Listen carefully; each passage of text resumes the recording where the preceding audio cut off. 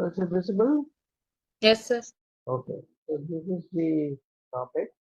So first of all, definition of stress and how it is mediated.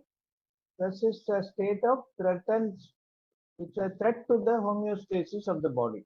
Okay, it's defined as a state of threatened homeostasis or a threat to the homeostasis resulting from exposure to adverse forces like trauma, infection, burns, and surgery. And here the surgery, as I said, is a controlled environment, whereas all the other three are without any control. They occur because of the adverse forces happening without expectation. So the stress response complex is predominantly mediated by the sympathetic nervous system and the hypothalamic pituitary adrenal axis, which in turn modulate endocrine, metabolic, and immunological changes. Okay, so this is the crux. This one sentence describes everything. It is mediated by the sympathetic nervous system. That is why when you have a stress like in trauma or infection burn, your pulse rate goes up, your BP initially goes up. Unless you develop severe acute hypovolemia, BP will be initially high, then only it will start falling. But the compensatory tachycardia that happens will persist until the hypovolemia or shock is corrected.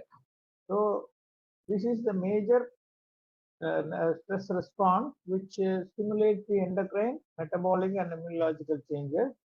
So what are the structures and effector pathways for that? The tissue damage stimulates somatic and visceral afferent neurons. This is the afferent pathway. So you must always write about the reflex arc, how it is caused. So the afferent pathway is from the somatic nerves which cause the pain.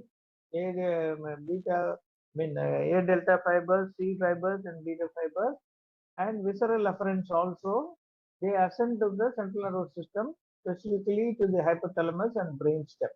So they are not directly, hypothalamus and brainstem are not directly stimulated. The afferent pathway has to be mentioned, and that goes through these somatic and visceral afferents. And the paraventricular nuclei of hypothalamus, that is the one, that area is immediately stimulated by the afferent stimuli, and the corticotropin releasing hormone that is released from this area, and also the AVP, also known as antidiuretic hormone, both are released from the hypothalamus in the paraventricular nuclei area. The CRH, which is aided by the AVP, they regulate the release of ACTH from the anterior pituitary. And this stimulates the ACTH release, stimulates the adrenal cortex secretion of glucocorticoids and corticolamins with their wide-ranging effects.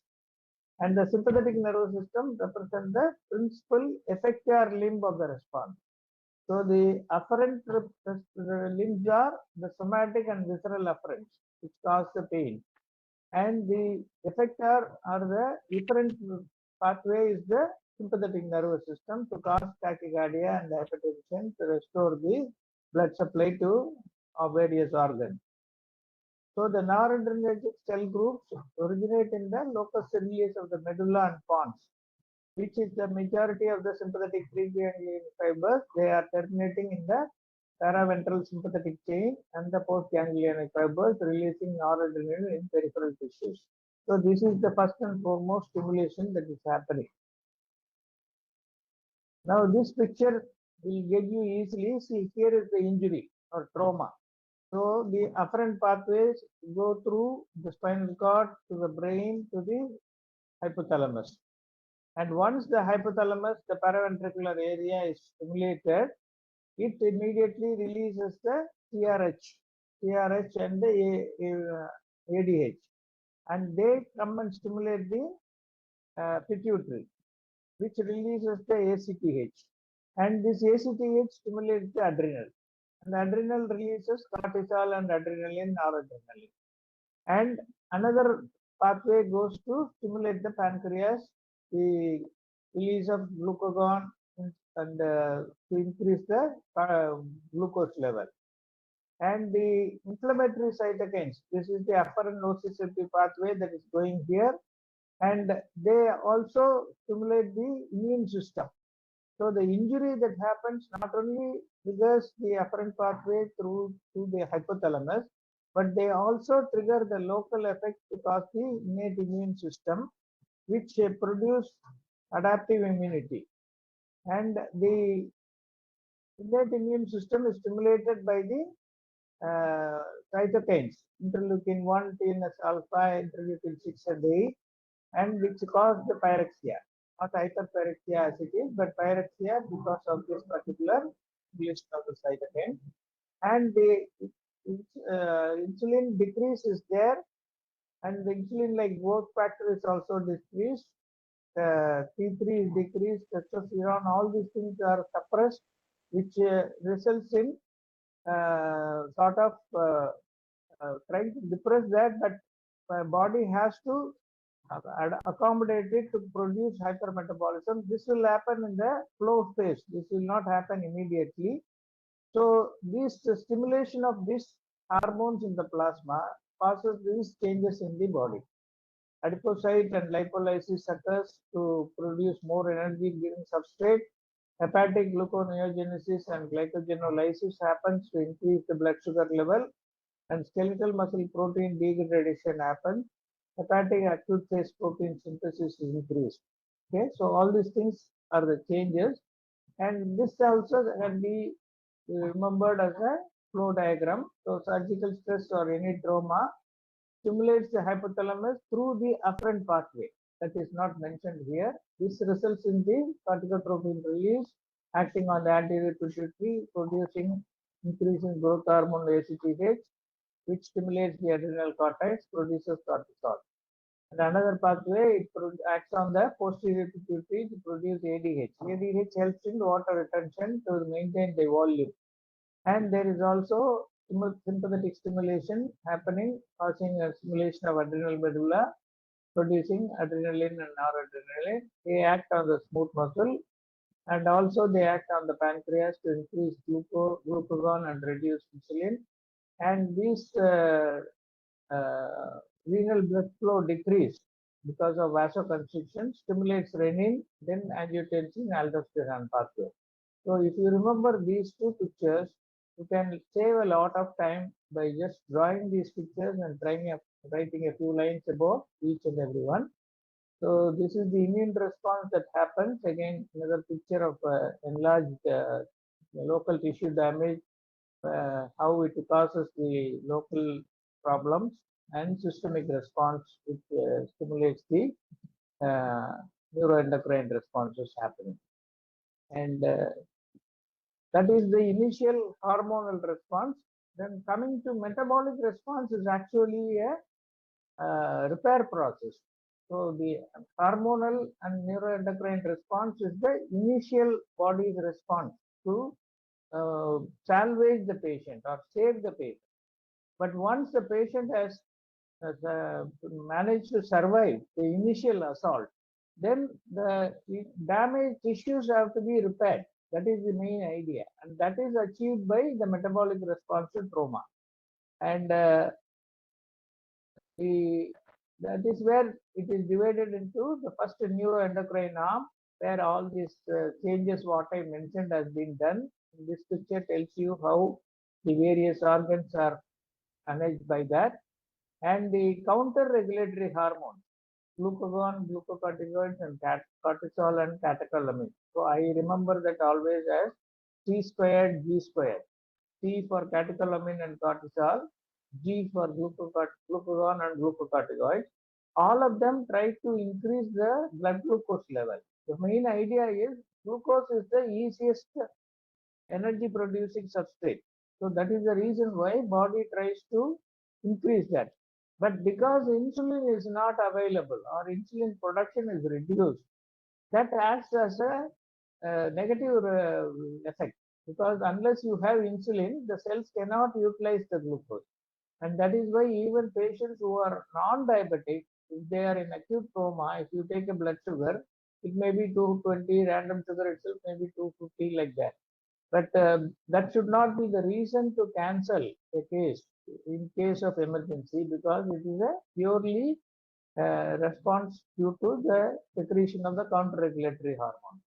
So And in cases if the patient is already a diabetic, this value may be very, very high. And in such situation, exogenous insulin has to be administered to bring it back within the acceptable level, so that patient will not have the unwanted effects of hyperglycemia. So that is the point that has to be taken into mind in case of trauma management. And again, this is another response flow chart, which is mainly to show how the counter-regulatory hormones are acting and producing a hyperglycemic state. And the second arm of the response, first is the neuroendocrine response, second is the inflammatory arm, where the cytokines which are released, they all cause these problems of immunological response. So they directly act on the hypothalamus to cause pyrexia. They also act on the skeletal muscle to induce proteolysis and play a complex role in the development of peripheral insulin resistance. So these are the effects of all the pro-inflammatory cytokines that have been released from that inflammatory arm. And this also triggers the immunological response, which only helps to produce hemostasis in cases of bleeding and also help in wound healing. Wound healing starts as soon as the injury occurs in all patients. It depends how fast it can happen and how continuously it happens, depends on the further factors which control or which help in the wound healing. So if infection is prevented, wound will heal well. But at the site of injury or at the time of injury itself, if the wound is contaminated, as it happens in the road traffic accident, those are the patients who go in for wound infection and failure of wound healing, all those things happen. So the inflammatory response not only produces an immunological response, but also tries to bring back. That is why the first definition, it is a threat to the homeostasis of the patient. So body's aim is to bring back the normal homeostasis, and that is done by the inflammatory response. And this is the phase of metabolic response, as mentioned by or described by Kurt Patterson in 1932. The Ebb phase. This is usually first 24 or maximum 48 hours is called the Ebb phase.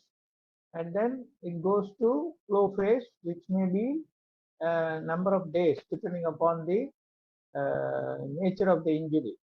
And during this time, lot of breakdown activities happen initially, and then slowly after about a week or 10 days, everything stabilizes, especially the cardiovascular system and the fluid electrolyte balances are all restored. Then the recovery phase starts, which may take weeks or months depending upon again the seriousness nature of the injury. And that is the time the tissues start building up their repair work. So that becomes the anabolic state. So some books stop with these two phases, but this is also very important, because unless the patient becomes completely all right and fit enough to go home, this anabolism can continue at home also, depending upon the stability that is achieved during the flow phase. Okay, so the F phase begins at the time of injury and lasts for 24 to 48 hours. It may be attenuated by proper resuscitation, but not completely abolished. It has to happen. And this is characterized by usually, especially in unanticipated trauma cases, it will be usually hypovolemic. That is why as soon as a trauma patient comes, we immediately start a IV line and start rushing fluid, because majority of them will be hypovolemic because of the bleeding and other stress and sweating and all those things.